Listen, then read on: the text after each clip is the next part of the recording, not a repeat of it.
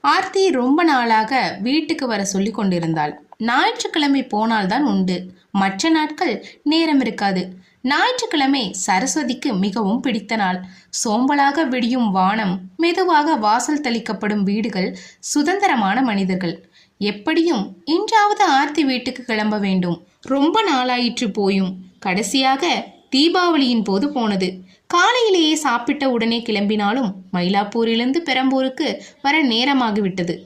பெரம்பூரின் நெரிசலான தெருக்களும் நாகரிகம் முழுதும் தழுவாத மனிதர்களும் தாண்டி நடந்தாள். ஆர்த்தி வீட்டு காம்பவுண்ட் அருகே போனதும் தான் பூட்டு கண்ணில் தென்பட்டது. மனதுக்குள் இதுவரை அவள் வீட்டுக்கு வருவதாக எடுத்துக்கொண்ட முயற்சிகள் எல்லாம் மெழுகாய் கரைய ஆரம்பித்தது. கூடவே எரிச்சலும் வந்தது. ஒருவேளை அருகில் எங்காவது போயிருக்க கூடுமோ? சுற்றுமுற்றும் பார்த்தாள். பக்கத்து வீட்டு கதவு திறந்திருந்தது. காலிங் பெல் அடித்துவிட்டு காத்திருந்தாள். ரொம்ப நேரம் கழித்து முகம்